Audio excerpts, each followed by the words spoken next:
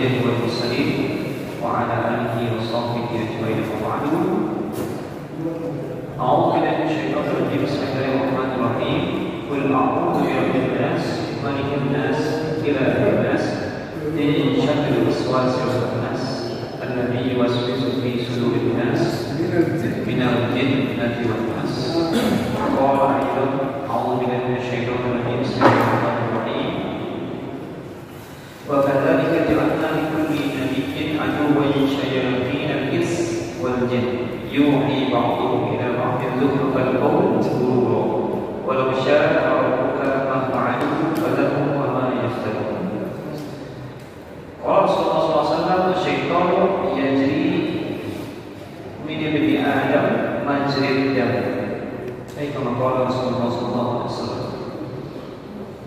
Para jamaah maghrib yang dimuliakan Allah Subhanahu wa taala, puji syukur kepada Allah Subhanahu wa taala. Alhamdulillah pada kesempatan kali ini kita akan melaksanakan salat maghrib berjamaah sekaligus saling tawasul bil haq wa tawasul bis sabr, saling menasihati antara satu dengan yang lainnya, baik nasihati dalam kebaikan dan saling cerita sharing bersama setiap malam Senin yang mudah-mudahan hadirin Bapak-bapak semuanya jemaah salat yang istiqomah dan sekitarnya mendapatkan ridho dan berkah dari Allah Subhanahu wa taala. Salat serta salam dengan kita semua kepada Nabi besar Nabi Muhammad sallallahu alaihi wasallam. Kita mulai dengan sama-sama baca basmalah.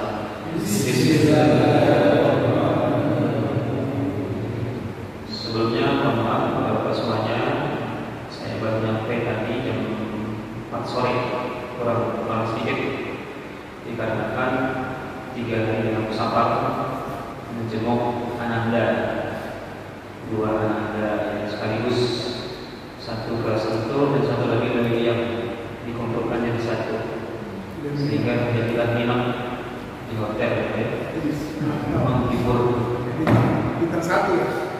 Kita pengen TikTok itu pengen nanya-nanya gimana sehat, kemudian nyaman.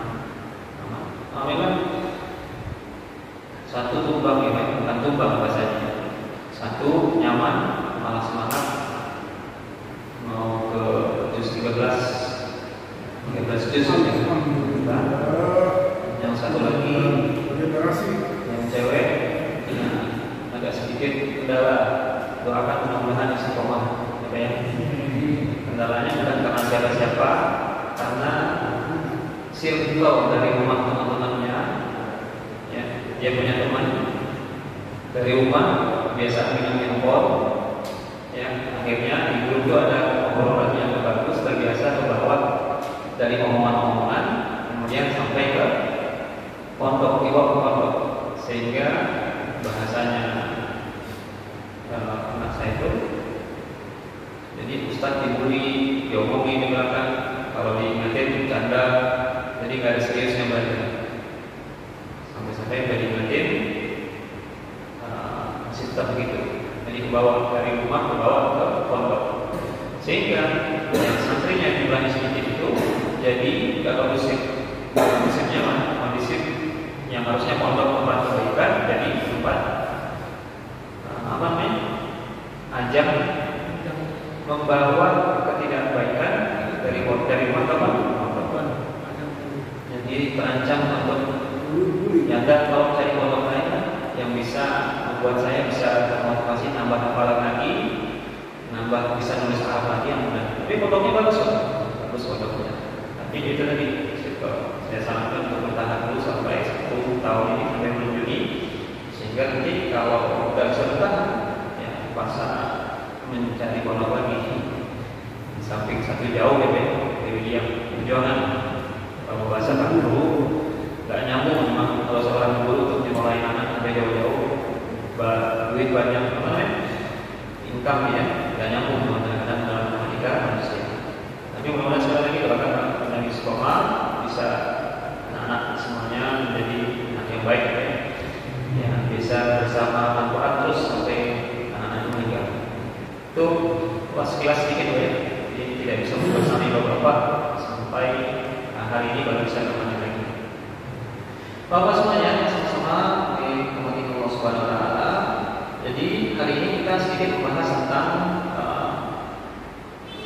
kita mencari musuh. Musuh itu sudah dikasih tahu, sudah diberitakan oleh Allah Subhanahu wa taala. Musuh ini harus kita lawan. Karena kalau kita nggak lawan, kita bersama musuh tersebut. Siapa dia, Pak? Syaitan. Nah, jadi materi kali ini tentang perlawanan setan dan kelemahannya atau cara mematahkannya. Bagaimana manusia bisa mematahkan setan ini? Kenapa saya bilang seperti ini, Pak? Karena kadang-kadang kita sudah merasa dalam ibadah kita ini sempurna. Ternyata musuh yang bernama setan ini sudah membuat plan A, B, C bahkan. Contoh, Pak, ketika kita sholat, itu plan A-nya setan dan sekutu-sekutunya, plan A-nya apa? Bagaimana manusia ketika azan itu dibuat malas untuk berangkat sholat masjid bagi yang cowok. Kemudian yang cewek dibuat mengulur-ulur waktu sampai pada akhirnya di new time, maka manusia itu telat sholatnya, kemudian bahkan gak sholat. Plan A ini gak berhasil, Pak. Rencana awal ini gak berhasil. Orang sholat pada on time, orang sholat pada masjid, maka dibuat plan B, Pak. Apa plan B-nya, Pak? Plan B-nya adalah dibuat manusia ini dalam rukuknya gak sadar dia baca apa. Kemudian dalam sholatnya baca Al-Fatihah dia nggak paham, ya cepat-cepat dulu. Kemudian nggak sempurna sujudnya, nggak tumanina. Kalau plan B ini nggak bisa juga, Pak, dia bikin plan C. Apa plan C-nya, Pak? Dibuatlah manusia ketika sudah sholat, maka dibuat riya. Saya udah sholat, saya udah sempurna.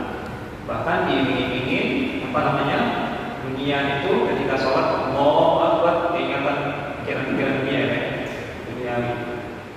Sehingga ciri-ciri orang yang habis sholat kayak gini, Pak, habis sholat ternyata dia merasa dirinya ada perasaan kayak saya udah sholat nih, bangga, saya udah merasa perasaan cuma dalam hati. Ketika plan C ini sudah gak berhasil lagi, ya, maka semua infanterinya, bahasanya itu di dalam kitab An-Nubuwah ini apa? Infanteri-infanterinya setan itu dibelenggu oleh yang namanya iblis, ketua gengnya, rombongannya itu. Kemudian setelah itu dicampakkan ke laut. Ya, bahasanya di dalam kitab An-Nubuwah itu. Sehingga udah gak berhasil. Tapi kalau berhasil dikasih mahkota. Kenapa? Karena dia berhasil menggoda yang namanya orang-orang baik. Orang yang baik nggak usah digoda, udah tergoda sendiri. Tapi keberhasilan ada mahkota di antara sesama jin dan setan itu, Pak. Ada semacam pemberian satya rencana untuk jin-jin, setan-setan yang berhasil untuk menggoda manusia-manusia yang sudah perfect di antara sesama manusia.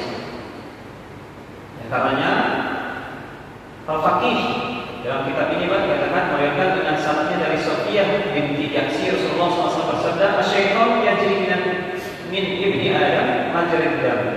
Artinya setan beroperasi di dalam tubuh manusia mengikuti aliran peredaran darah. Semakin kencang aliran peredaran darah kita, berarti tubuh kita ini aktif, Pak. Makanya solusinya ketika kita aliran darah ini lancar, ya, lancar, itu kesempatan setan untuk bisa masuk ke semua lini untuk menggoda kita. Solusinya tetap 10 tahun, Pak. Asyam. Makanya ada istilah 30 hari di Ramadan itu semua setan dibelenggu.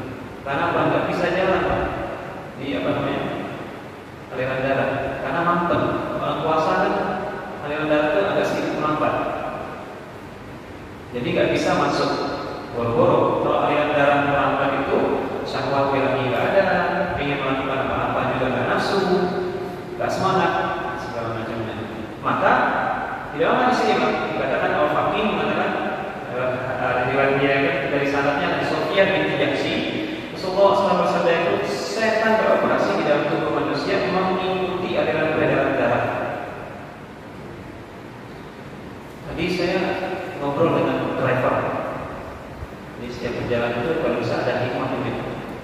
seperti ketika kita pesan online, dia bentuknya kayak wanita, kayak cewek, gemuk orangnya, mantap. Kirain teleponnya cewek, tahu-tahu pas masuk, tahu-tahu Assalamualaikum, mau siapa? Cewek, mukanya kayak Arab-Arab gitu, kaget. Dengan di foto dengan aslinya beda, ya kan? Pak Udin ya Pak? Iya Pak Udin. Saya bilang ini satu lebih ini beda bentuknya. Satu dari Bekasi, yang satu dari Bogor ya Pak. Mukanya kayak Arab. Akhirnya beda sama foto dengan pesanan. Saya kan cewek tadi. Berapa? Itu waktu saya gemuk. Sebelumnya saya itu gemuk sampai 90. Berapa itu Pak? Pasar roti berapa? 200 juta. Kenapa 200? Gimana goyang kalau Jadi pas di foto itu, pas saya lagi gemuk katanya Pak, mohon maaf Pak, saya mau merubah profil foto saya. Saya itu punya penyakit, suka makan banyak Pak. Tadi ya, penyakit makan banyak. Jadi sehari itu dia bisa makan mie Pak, 7 kali makan mie. Sehingga dokter itu bingung. Salah satu-satunya cara untuk bisa menguruskan ini orang, ya. Jadi lambung yang tadi besar itu, ya, dikecilkan. Saya awalnya nggak paham, istri yang paham. Jadi gimana caranya lambung dipotong atau usus dikecilkan? Ya, kalau lambung dipotong berarti nggak bisa dong. Lemas makanan yang kita makan, kan? Mati dong. Oh nggak gitu Pak. Jadi usus kita ini kan gede, terus itu harus bisa dipotong sehingga apa namanya gairah makan itu tidak terlalu seperti sebelumnya. Nah ini dia operasi. Istri langsung spill nanti harga potong usus di kedokteran di rumah sakit. Wah 200-an juta Pak. Saya pikir ini pasti orang kaya karena dari Arab ya. Cerita yang tadi dari hampir 100 kuintal ini berat badannya. Terus tahu-tahu jadi berapa Pak? 51 sama tesnya. Kalau saya 55, 54, nggak lebih dari itu. Terus saya kasih nasihat. Kenapa waktu itu sebelum dia operasi nggak puasa? Gitu. Kan di agama kita diajarin gitu kan. Puasa terus Senin Kamis gitu. Waduh, saya orang yang paling gak tahan kalau lihat cemilan makanan Pak. Itu pasti saya makan terus. Ya, kepancing untuk makan. Yang tadinya berat itu bisa berkali-kali, sekarang setelah dipotong itu Pak, jadi 2 kali sehari. Ketahan. Mau saya kalau bisa sih puasa biar bukan makan tapi dapat pahala kan. Senin Kamis. Mumpung besok Senin gitu kan. Iya Pak, insyaallah Pak. Jadi mukanya ini kayak Arab. Saya ngebayangin begitulah orang Arab ketika dia disuguhkan daging onta yang full utuh, kemudian dimakan ya memang. Kalau kita kan makan ayam sepotong katanya gitu. Dulu saya waktu jadi fotografer di Gontor, jadi kedatangan tamu dari Arab gitu. Itu kan ditaruh di Sarangan, kampungnya Pak Guru gitu, di Sarangan. Jadi melihat pesanan makanan yang khusus dari mereka itu. Jadi satu orang yang Arab itu nggak bisa dia makan potongan-potongan yang kayak kita Pak. Apalagi cuma ceker-ceker gitu. Dia maunya utuh. Satu utuh tuh habis Pak. Saya langsung flashback dengan oh iya berarti ini orang Arab ini keturunan apa yang driver tadi kan mirip Arab ya. Mungkin ya mungkin bisa jadi apa namanya itu lambungnya itu secara genetik ikut ya. Jadi nggak bisa makan sedikit tambahnya saja. Nah efeknya apa Pak? Efek dari itu semuanya maka setan itu sangat mudah untuk melawan kita. Ketika kita makan banyak, ketika kita obesitas ya, itu bisa setan itu masuk. Bagaimana cara masuknya Pak? Untuk mengetahui ciri-ciri itu, sebelum kita ketahui itu, maka Allah sudah menyampaikan dalam Al-Quran bahwasanya inna syaitana lakum aduwwun fattakhidhuhu aduwwan. Pastikan dulu setan itu benar-benar bagimu kata Allah menjadi musuh, maka nyatakan permusuhan, hadapilah mereka. Gimana cara menghadapinya? Kita harus tahu dulu ciri-cirinya. Kalau 4 sifat ini ada di dalam diri kita, berarti kita bagian daripada sudah termasuk dalam perangkapnya. Pertama, ciri-cirinya adalah gampang marah-marah tanpa sebab, gampang tersinggung. Kalau bahasa anak sekarang baperan, gampang baper. Udah baper, udah setan tuh gampang banget masuknya tuh. Untuk apa? Melawan lagi. Yang sebenarnya teman kita itu yang di dunia nyata adalah saudara kita. Kita dibuat saling musuh. Ini ciri-cirinya, Pak. Gampang marah-marah. Bahkan sama istri pasangan kita sendiri gampang marah-marah.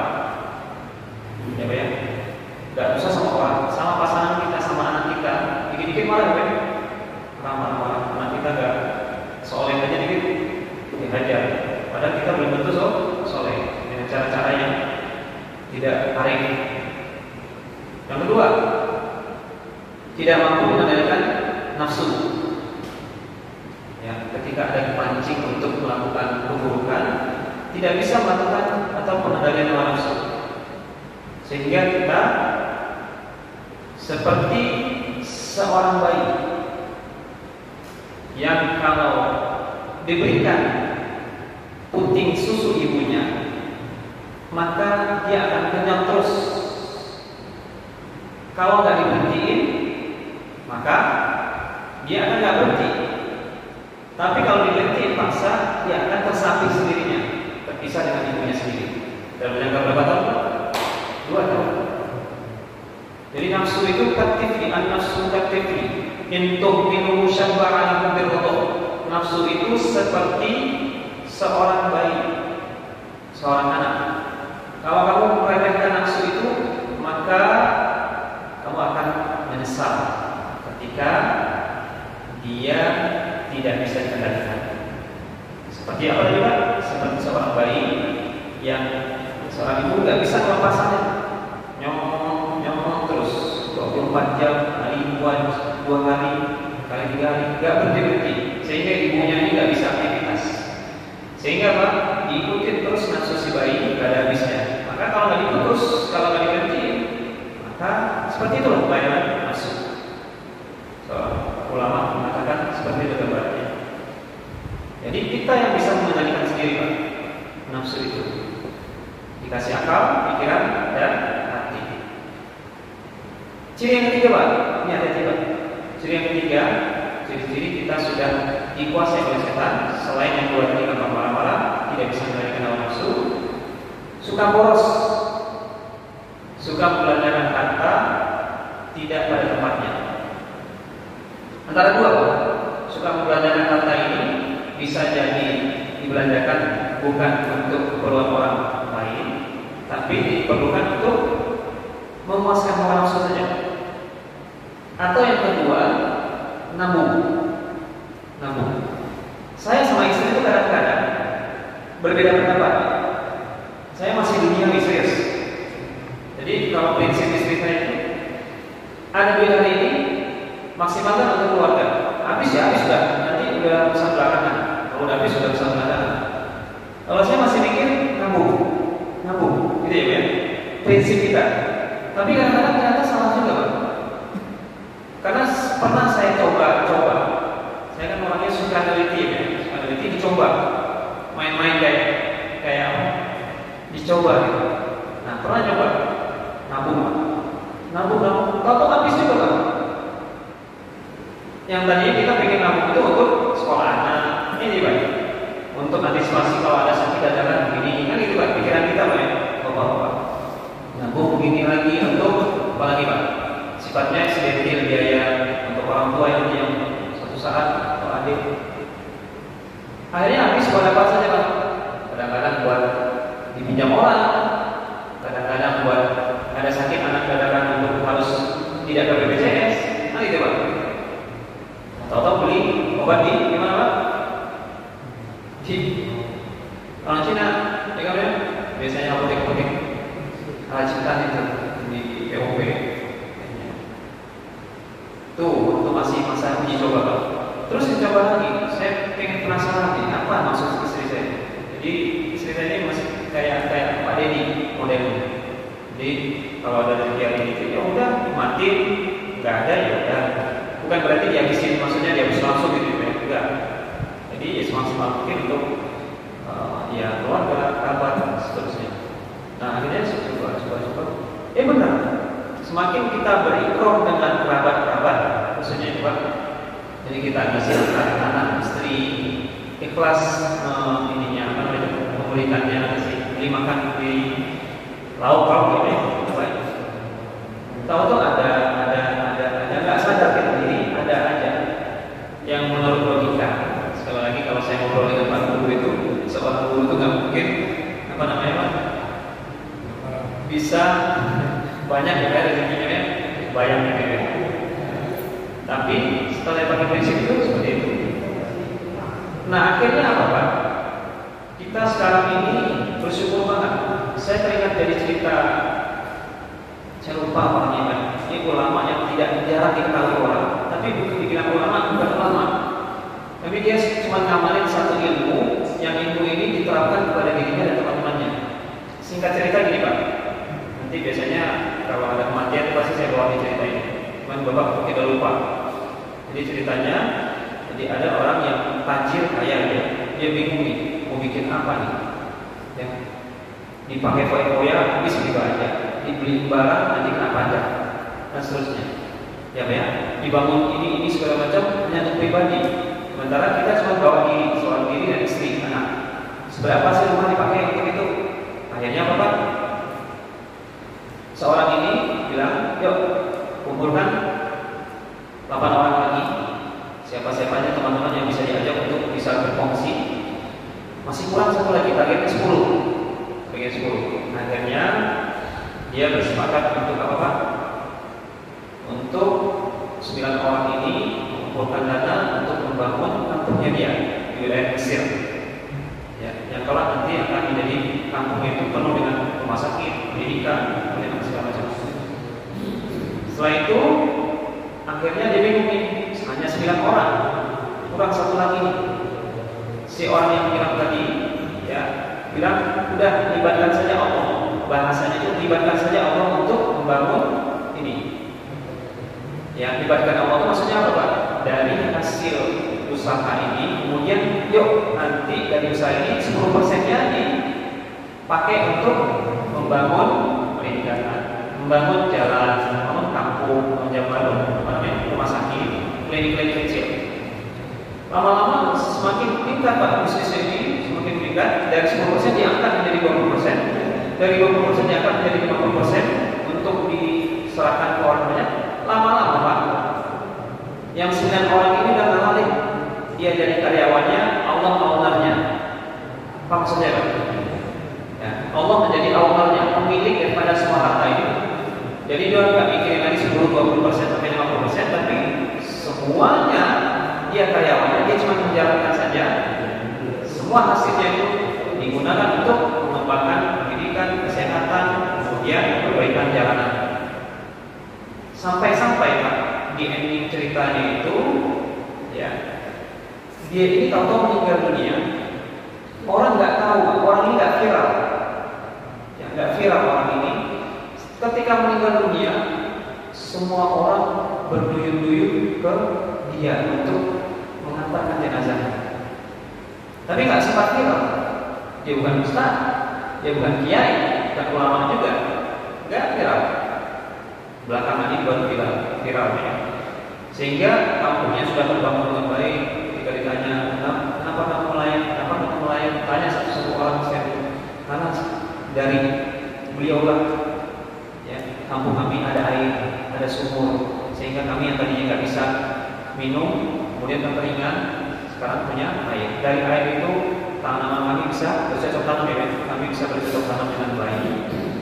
Kemudian kenapa kamu ini?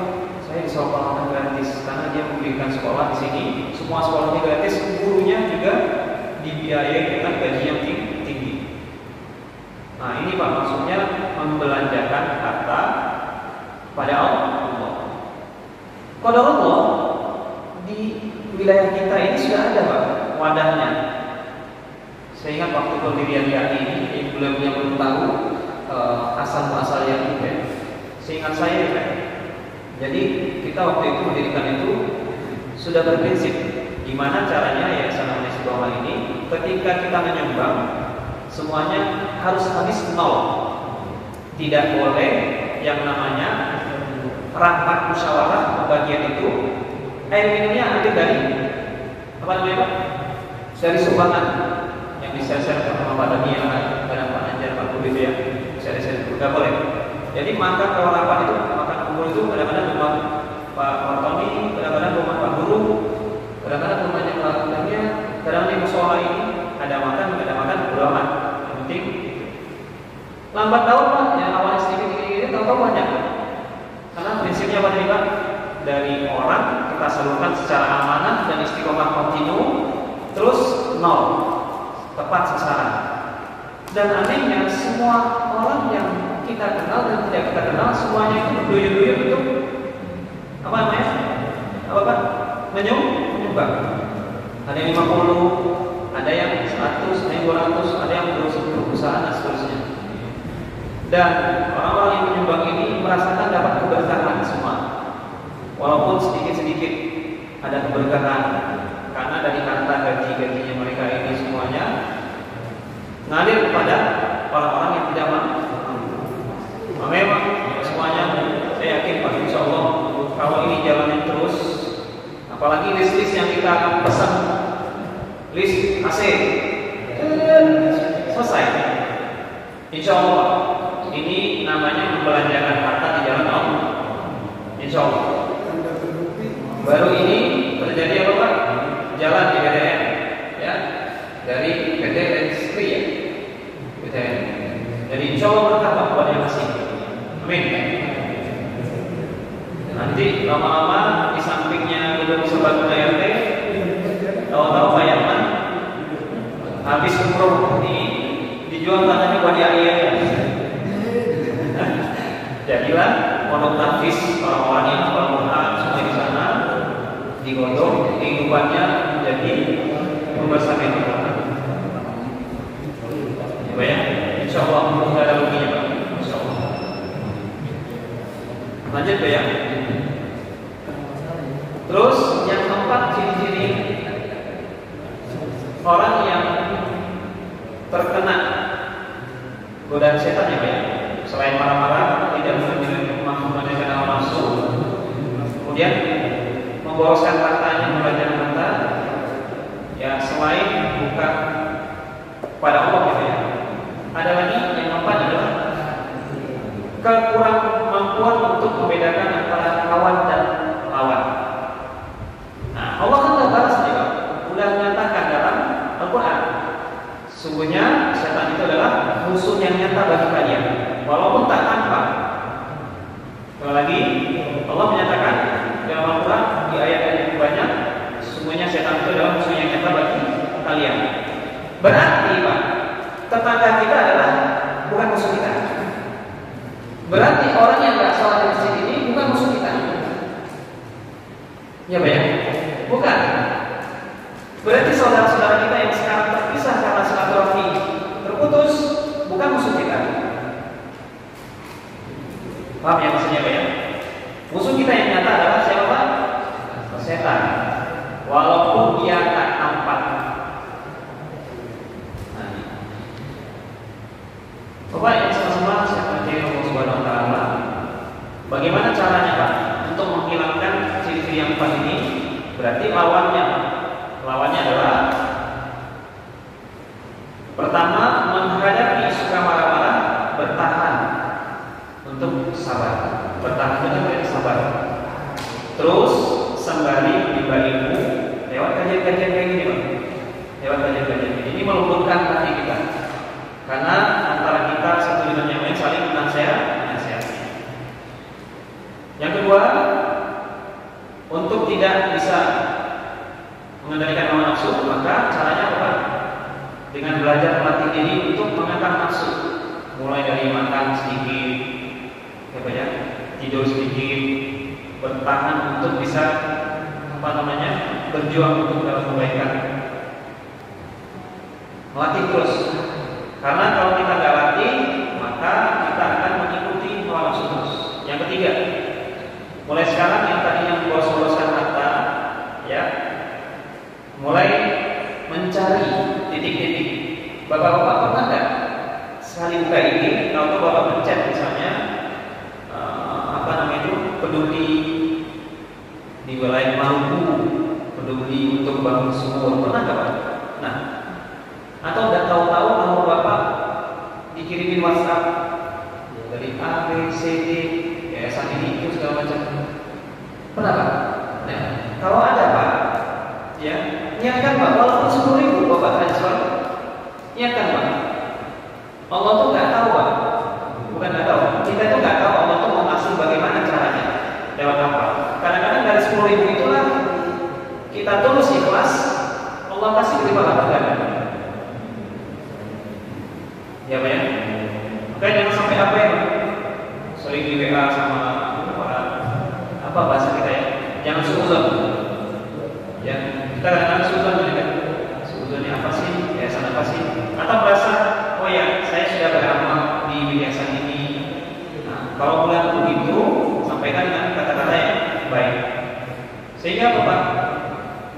Mungkin barangkali datangnya mereka itu lewat WA kita, barangkali belum sampai 2,5% atau 10% dari harta kita yang kita serahkan ke Allah, belum sampai.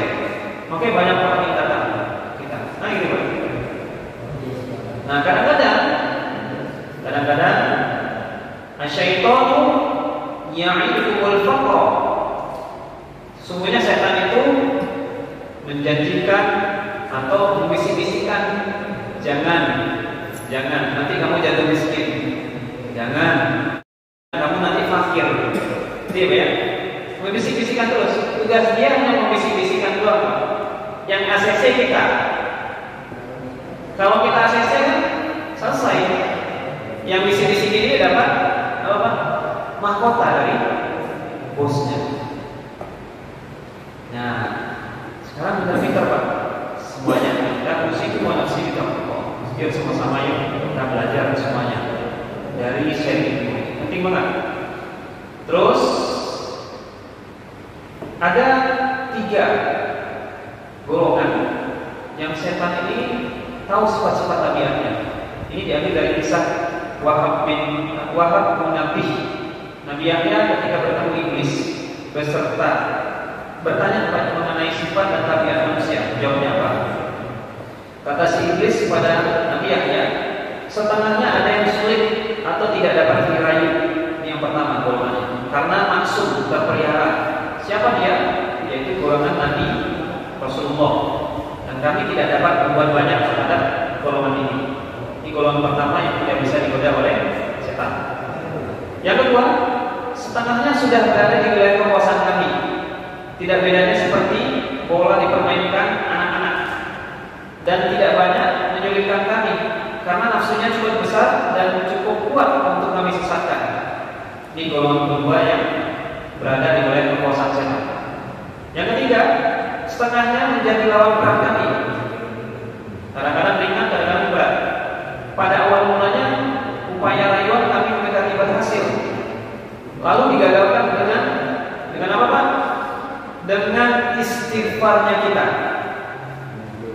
Nah, maka kalau waktu subuh-subuh itu ya, di sholat subuh itu kadang kenapa sih yang ringan-ringan dibahas ya? Tentang kita paham kita baca zikir kita, apa doa-doa kecil-kecil yang sederhana. Untuk apa Pak? Untuk yang sampai kita lalai dari mengingat Allah. Karena lalai sedikit setan masuk, lalai sedikit setan masuk. Jadi setengahnya ini menjadi lawan berat kami, kata setan. Pada awal mulanya upaya rayuan kami mendekati berhasil, tapi digagalkan oleh mereka atau manusia dengan istighfar-istighfarnya, sehingga sia-sialah rayuan kami, si setan. Lihat selanjutnya kami mencoba ulang dengan penuh tekad, tidak putus asa, tetapi tetap gagal dan tidak berhasil. Bapak semuanya, terus ini banyak sekali sharing kita saja ya. Kemudian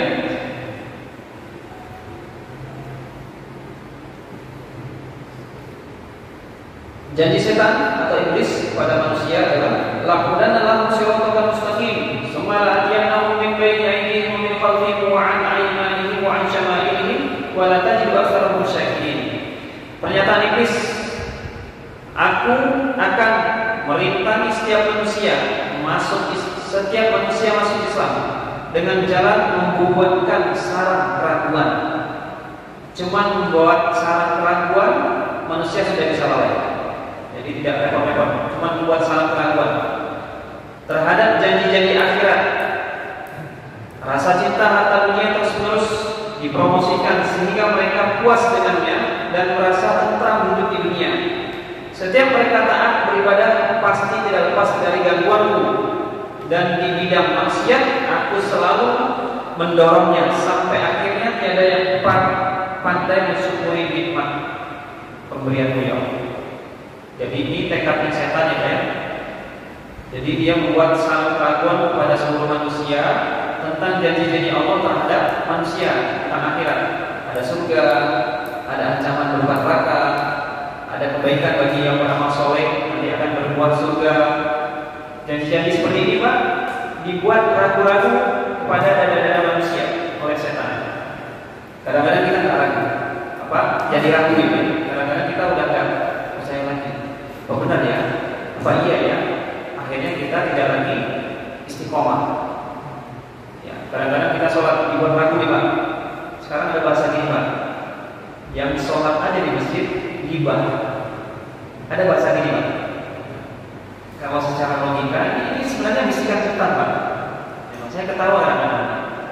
Ya Pak, orang di masjid, ya ngapain saya sholat di masjid kalau seandainya mimpinya saya gibah. Ini ada bahasa seperti ini Pak.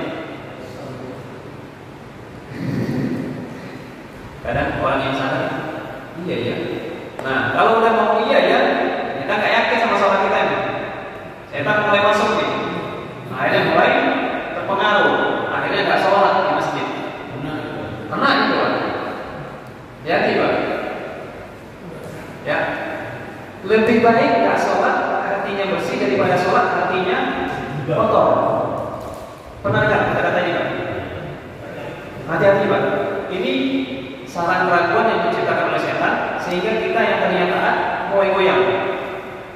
Ya, apa yang capek-capek, mungkin ya, toh kamu juga miskin. Dia orang yang nggak mungkin di sana, santai-santai aja dia kaya. Ini kalau nggak imannya nggak kuat, Pak, habis. Ya Pak ya. Ada bahasa lagi ini agak ekstrim. Aduh, saya jadi ini. Ya, diungkapin kan ya? Konten. Bahasa ya. Yang penting akhlaknya baik. Gak perlu rajin-rajin ibadah. Yang penting akhlaknya baik. Daripada rajin ibadah, akhlaknya gak baik. Pernah dengar kata-kata itu? Pernah dengar kata-kata itu? Pernah ya? Sering. Hati-hati. Ini buaya setan.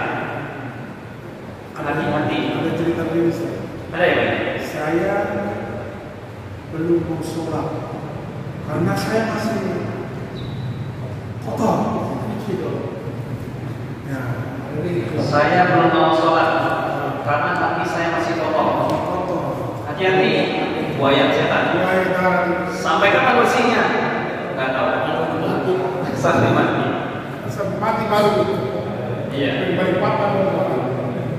Oke, buka surat Al-A'raf ayat 16 sampai 17 Pak. Ini yang saya bilang tadi Pak. Jadi setan itu membuat keraguan terhadap kita semuanya akan janji-janji akhirat yang sudah dijanjikan oleh Allah. Hati-hati Pak, hati-hati Pak. Dan dipenuhi rasa cinta dunia terhadap manusia. Kalau kita sudah ragu-ragu, kemudian ada cinta dunia yang membersamai kalbu kita, siap-siap kita sudah gampang banget nih ayun-ayun oleh setan, layaknya anak kecil melempar bola sama mereka, saling lempar-lempar. Jadi kita seorang begitu. Oleh karena itu kita harus terus setiap hari jangan lepas dari membersamai Allah. Juga teman-teman sebelumnya setiap subuh saya sampaikan jangan lupa tunjuk amalan. Ketika kita memulai suatu perbuatan, ya baca bismillah. Ketika lupa, bismillah fi awwali wa akhiri. Ya Pak ya. Ketika setelah selesai, bilang tidak ada kemampuan kita untuk pasti janji itu tersebut. Kita ucapkan insya Allah. Ketika kita melihat tabungan, masya Allah. Ketika ada musibah, innalillah. Ketika kita udah tiarap tidak bisa lagi nyelesain masalah, la haula wala quwwata illa billah. Ucapan setiap hari FGD sampai kita pertemuan dengan Allah Subhanahu wa taala dengan kalimat la ilaha illallah. Itu 7 kalimat itu Pak, jangan lupa. Setiap hari harus bersama yang kita terus. Sehingga tidak ada ruang bagi setan untuk menggoda kita. Jadi setan itu sangat mendukung sekali yang namanya perbuatan dosa yang kita lakukan. Dari Anas bin Malik, Nabi Muhammad SAW bersabda, orang mukmin itu berada di antara 5 kesulitan. Ini orang mukmin itu sulitnya menghadapi ini Pak, di alam nyata, bukan dunia maya. Pertama, orang mukmin yang hasud padanya, yang iri sama orang mukmin, berat menghadapinya. Gimana ya cara menghadapinya? Ada orang yang kita beriman nih, rajin sholat, puasa mantap, sedekah oke. Tahu-tahu ada orang yang hasud sama dia, iri sama dia. Bagaimana cara menghadapinya? Didiamkan, kita nggak kasih edukasi sama orang yang seperti itu. Dibilangin, ininya, ya. Sebasar kan? Ini beratnya orang mukmin Pak, kesulitannya. Yang kedua, orang munafik yang benci pada orang mukmin. Ya Pak ya, orang munafik yang benci sama orang mukmin banyak. Kemudian musuh yang memeranginya dia, memerangi dengan kata-kata, memerangi dengan tindakan, dikucilkan, dibully bahkan dibunuh. Ya, masa hari ini Pak masih ada Pak? Saya terus membayangkan Pak, yang selama terus membayangkan. Saya lagi kata dia main di GJ, mau apa? Mau dari belakang udah kayak ngomongnya bulu Pak. Cuk imam. Ya, udah gitu pelakunya ODGJ. Ya, polisi kena duit juga kita. Ya, kalau bagi meningkatnya. Ya, susah Pak kita Pak. Bela diri, kita mampu untuk hindar dari semuanya, tapi proses tetap masuk ke BAP. Ya, panjang cerita, gangguin waktu, dulu. Ya, ini. Kemudian beratnya bagi orang mukmin adalah setan yang menyesatkannya. Yang kelima, nafsu yang membayang-bayanginya, ya nafsu orang mukmin yang terus-menerus membayanginya. Ini beratnya orang mukmin. Jadi faktor eksternal, internal, semuanya mengaruh pada orang mukmin.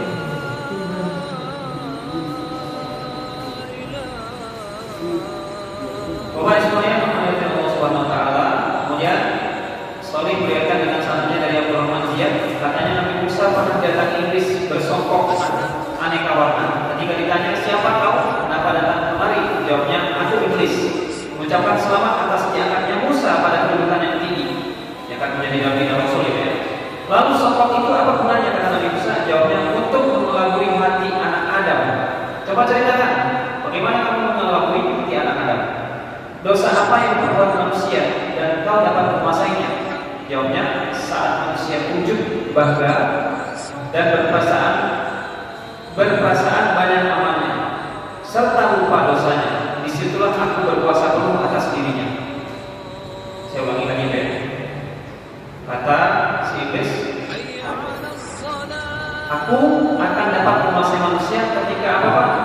Saat manusia ujub, bangga, saat berperasaan banyak amalnya, kemudian lupa dosa-dosanya.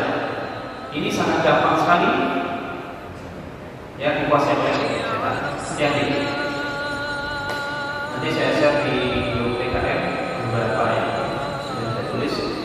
Kemudian Alkisah pada zaman Nabi Shalih ada seorang nabi bernama Barsisa dan sangat saja doanya. Ini orang soleh namanya Barsisa pada zaman Bani Israil. Masyarakat sekitarnya banyak meminta tolong padanya dan setiap orang sakit dibawa kepadanya pasti sembuh. Ini kayak Pak Ismail. Ya. Tapi gitu ya. Lalu iblis menawarkan kepadanya pada pasukannya, yaitu setan-setan, siapa yang bisa menaklukkan orang ini? Karena dia berbahaya bagi mereka. Di antara mereka Ifrit lah yang mendaftarkan pertama kali. Bapak tahu Ifrit ya, Pak? Ifrit ini jin yang suka menghiasi mata manusia, nanti akhirnya manusia ini berbuat zina. Itu Ifrit tuh. Kerjanya dia. Jadi wanita nggak cantik itu bisa jadi cantik, Pak. Itu kerjanya Ifrit. Ia pergi menggoda seorang putri raja yang sangat cantik dan dibuatnya seperti orang gila, sakit ingatan. Jadi putri raja ini sakit ingatan, buat kayak orang gila ya. Maka raja itu bingung dan ikhtiar dilakukan dengan berbagai cara, tetapi belum juga sembuh. Pada saat semacam itulah datang setan menjelma manusia, katanya memberi petunjuk, jika putrimu wahai raja ingin segera sembuh, coba bawalah ke rumah Barsisa, pasti cepat sembuh. Lalu dibawa putri itu ke rumahnya dan setelah didoakan oleh Barsis langsung sembuh. Tapi setelah dibawa pulang, kambuh lagi kumat penyakitnya. Dan setan menyarankan agar disuruh saja mondok di rumah Barsis. Nah, mulai Pak, mulai dibisikin. Gimana caranya? Ini setan terjadi Pak. Pasti putrinya akan benar-benar sembuh daripada dibawa pulang pergi. Ya, dibawa putri raja tersebut untuk mondok beberapa hari di rumah Rabim. Barsis itu, kemudian si Barsis ini puasa terus setiap hari dan sholat di tengah malam harinya. Sampai putri raja tersebut tidak begitu diperhatikan sampai lupanya. Karena tahu ada cewek di dalam ya, banyak puasa, banyak sholat malam, sampai lupa memperhatikan si putri. Tetapi setiap akan makan, putri itu dipermainkan dan dibuka awalnya oleh setan di hadapan Barsisa. Ini hubungan dengan makan ya. Ketika makan itu gampang orang dipengaruhi, ya. Karena ketika makan itulah tadi setan masuk lewat aliran darah. Bayangkanlah putri tadi membuka aurat di mana Pak? Di depan Barsisa. Dan setiap itu pula rahim Barsisa memalingkan pandangannya. Nah, gitu ya. Seolah kayaknya aman gitu. Setan tidak henti-hentinya membangkitkan nafsu birahinya sehingga pada suatu saat Barsis dapat melihat wajah ayu dari kecantikan wajah putri tersebut dan tiada seorang wanita pun yang membandingkan kecantikannya. Hingga tertariklah ia kepada putri tersebut dan akhirnya menjadi hamil putri tersebut. Singkat ceritanya, sesudah hamil Barsisa mulai bingung lagi. Orang yang tadi soleh bagus ya, bingung. Setan berbisikkan kepadanya, kau akan selamat dari hukuman ayahnya raja tersebut, kecuali jika engkau segera membunuhnya lalu ditanam di biaramu ini. Selanjutnya engkau beritahu raja bahwa putrimu sudah mati dan sudah dikubur. Pasti mereka percaya kepadanya. Tidak lama kemudian datanglah petugas kerajaan menanyakan putri rajanya dan dia menjawab bahwa putrinya sudah mati. Mereka percaya dan pulang dari sana, tetapi setan menyerupai manusia, memberitahu bahwa sebetulnya putri raja itu diperkosa oleh laki Barsisa sendiri hingga hamil, dan karena ia takut dihukum maka putri itu dibunuh dan dikubur. Setelah diberitahu itu, raja berangkat sendiri ke rumah Barsisa menggali mayat putrinya. Ternyata benar putrinya mati terbunuh dan Barsisa ditangkap kemudian dihukum gantung. Dan saat itu setan tidak berhenti juga Pak menggodai Barsisa ini. Ya Pak, apa godanya Pak? Dan saat ia berada di tengah tiang gantungan, setan berkata, yang mendalangi petualang ini adalah aku, kata setan. Dan sekarang tiada yang dapat menolongmu kecuali aku, kata setan. Usahaku akan meyakinkan mereka bahwa yang membunuh bukan kamu, pasti mereka percaya padamu. Ya, tapi dengan catatan kamu bersujud kepadaku sekali saja sebelum digantung Pak. Masih godain aja Pak. Biar dia si Barsisa ini apa? Selesai semua amalannya itu hilang, akhirnya dia masuk neraka. Jawabnya apa? Mana bisa, kata Barsisa. Aku sujud di depan dalam keadaan demikian. Kata setan, cukup memberi isyarat saja dan menganggukkan kepala ini, ya. Dan sesudah dilaksanakan perintah setan, ia sujud pada setan. Katanya, aku tidak mau tahu urusanmu. Aku cuci tangan dari dirimu. Firman Allah, ya ayat itu ya. Misalnya ketidakjujuran tidak bertanggung jawab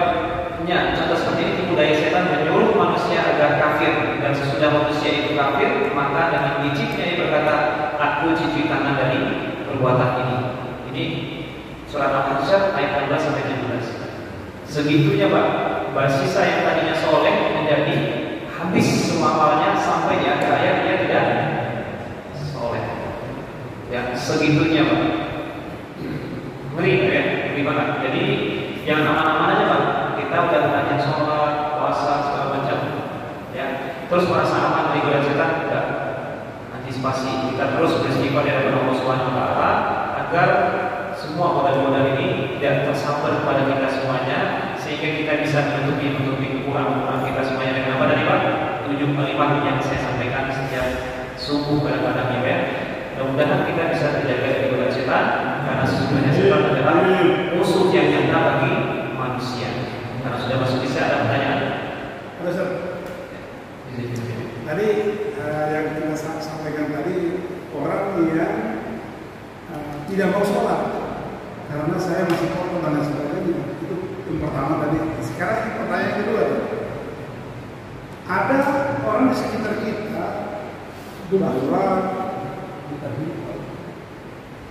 dia bilang gini, ngapain kita naik haji atau umroh memperkaya orang Arab katanya. Nah, pertanyaan saya, orang seperti itu tidak berilmu atau karena nafsu dia berbicara seperti itu? Terima kasih. Jelas ya Ben? Itu bisikan Pak. Bisikan. Ada orang begitu, terang-terang ngomong sama saya. Bukan ada lagi, banyak. Ya. Karena memang secara logika, oh iya ya, kunjungan ke sana itu devisa bagi Saudi Arabia. Benar nggak Pak? Betul. Sangat sekali. Tapi sebenarnya dia itu mampu.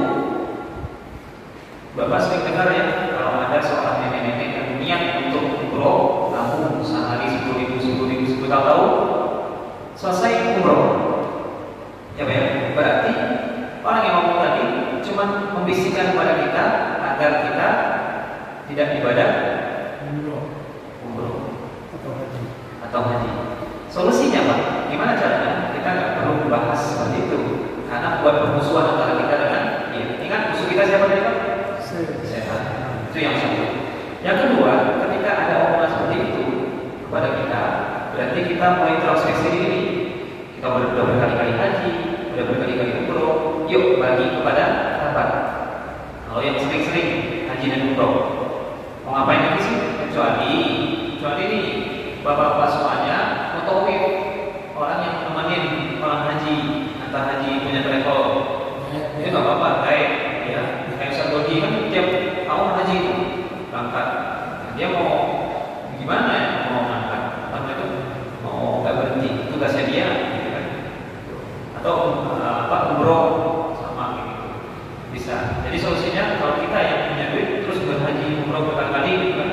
Ya udah, solusinya kita mau mulai muhasabah nih. Tahan dulu sejenak, ya. Terus kasih ke yang mampu. Misalnya tahu-tahu PM masih manja. Ada Pak? Dapat teman-teman? Amin ya. Amin.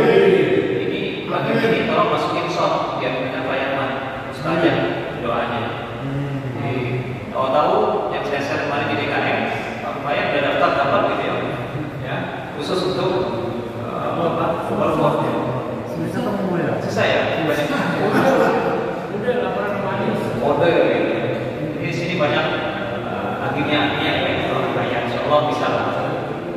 Makanya data feedback ini kan mulai membuka pikiran untuk bisa saling nasihat-menasihati, saling berbagi satu sama lain, sehingga kita bisa mulai turun tensi kita terhadap dunia.